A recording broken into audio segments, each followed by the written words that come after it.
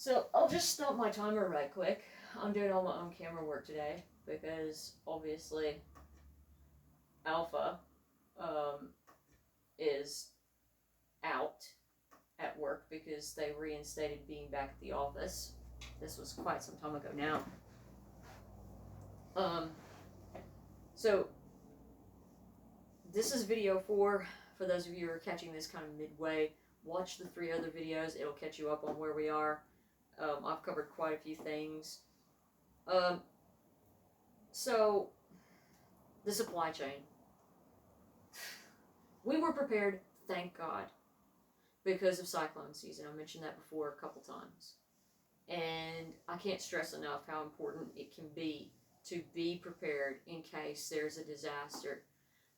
I was actually a little bit worried because I was like, okay, what if this lockdown is still going during cyclone season? Now, this is just the beginning. Just the beginning of cyclone season now. It's October.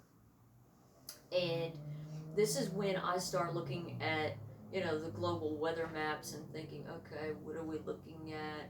And we should, here in this country, in Australia, we should be looking at a really, really wet set of 7 years ahead, because of the weather patterns in the ocean. But yeah, the supply chain had me a little bit concerned, but I wasn't too worried. I did see it stress out other people, and I was so glad that we were prepared ahead. What I knew was going to happen, though, was every once in a while I was going to need something that maybe I couldn't stockpile. And I was going to have to go out and get this thing. And so, instead of going to, say, one shop like I normally would, I might end up having to go to 5 shops. Because, for example, I don't take a lot of these prescribed remedies for things. I do a lot of homeopathy. And so being concerned about the health and well-being of the pair of us here, I thought, okay, well, I want to make sure that, I'm still capable of making those disinfectants and everything that I mentioned earlier, yet at the same time, I still need the right herbs and whatnot in order to get us through this lockdown period, should one of us actually catch this crazy thing. And God forbid, but still, I thought, okay, well, what am I going to do? Oh, there's a lizard on the wall. This gecko over there. Yeah, ADHD. Sorry. It happens. We have geckos everywhere here. So I'm thinking, well, I can't find this particular herb that does XYZ. Okay, well, that means that I've got to replace it with this thing. Damn, that's not available either. Okay. Well, what else can I use? And then, really wrecking my brain and going through my books that I have here, trying to figure out, what is a good replacement for the secondary option. And then I find this tertiary option. And I'm going, okay, well, that will do the same thing. Where in God's name do I find that? And then, I'm spending all this time with all this education that I normally don't need because the supply chain has been disrupted. And then, because the supply chain has been disrupted, not only have I had to have this extra education, but then I'm having to shop at places I don't normally shop. And that takes time in its own right because you're unfamiliar with the layout of the stores. And you walk around going, oh my God, where do I find XYZ? And there are times where, and I roll my eyes for a reason, I'm sorry guys, there are times where you walk into the shops and you think, really? Does that really answer the question I just asked? No. Anyway, thankfully most of the shopkeepers were very helpful and knowledgeable, and some of them were very honest and said, look, I have no idea what you're talking about. Can you spell that for me? I'll put it in the system and see if we have it. And I was very grateful for those that were, at least that honest about things, because I'd rather someone be honest with me as to be lying or just have a complete daft.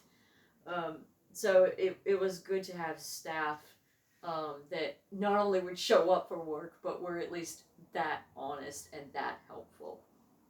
So thank you to those people who were doing that.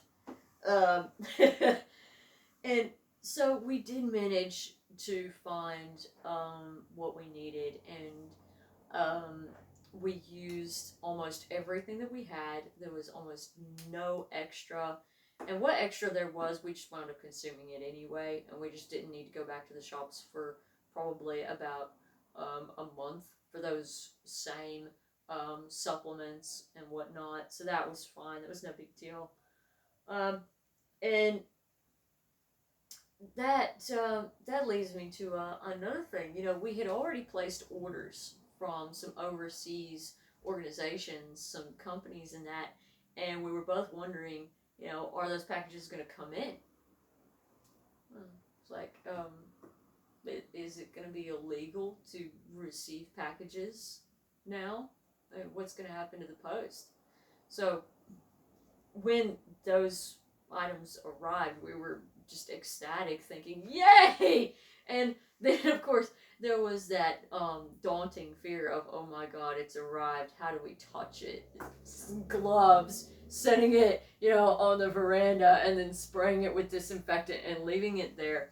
And I also remember when we would go to the shops and get some of these things that we needed, we would leave the items in the vehicle and just fumigate the vehicle with these disinfectants and antibacterial solutions in the air, and just let it kind of seep through some of these items, because there was no way I was going to be comfortable bringing these things in the house when I knew there was a pandemic. It wasn't going to happen. I was going to stop this thing at the gate. So I wasn't going to let it in the house. And so not only did our packages get disinfected and get, you know, a quarantine period, but, you know, we also did that with anything that we went out and purchased. And we also wound up having to take time to disinfect ourselves. So, you know, changing of the clothes pretty much immediately when we came in the house happened. And then, you know, just a quick shower off from having been out in public. And we were using antibacterial and disinfectant soaps that I handmade in the shower. Yes, I can make soap. I've been able to make soap for a while now, so, you know, that came in really handy, because when soap supplies started dwindling, I could just go hop into the kitchen and mix up a batch, and it was fine. I mean, sure, it might take 6 weeks for it to come along, but in my mind, when it was going to be like 6 months before the lockdown would end, 6 weeks is just 6 weeks. It would be fine. It would be over, time would pass, and then the soap would be ready. And as long as I made a big enough batch, everything would be okay. So I wasn't worried about it. And so, again, you know, I had already stocked up supplies for making soap anyway, for just in case, because I knew that if a cyclone came through, there probably wouldn't be a lot of soap powders or bathing soap, you know, or for that matter, hand lotion. So I had even started looking into how to make hand lotions and stuff like that too. That said, one of the orders that came in, by the way, was, God forgive me if I'm pronouncing this incorrectly, guys, bear with me here, Amblic. Basically, it's a still that you use to extract essential oils and scented water from raw ingredients. So if you want essential oil of oranges, you take orange rinds and put them in this thing and process them in a specific manner, and you get orange water in one area and orange essential oil in another area. So yeah, I was getting to a point where I could even make my own essential oils, and this happened, and I'm going, just a smidgen on the late side at the moment, but maybe it's the thought that counts. I don't know. We'll see. So it felt a little odd that my Amblick should arrive during the lockdown. It somehow felt like a bad joke. It still does. Oh, and that's my timer. So watch for video 5, and I will talk to you about some of the rest of how the supply chain impacted our lives.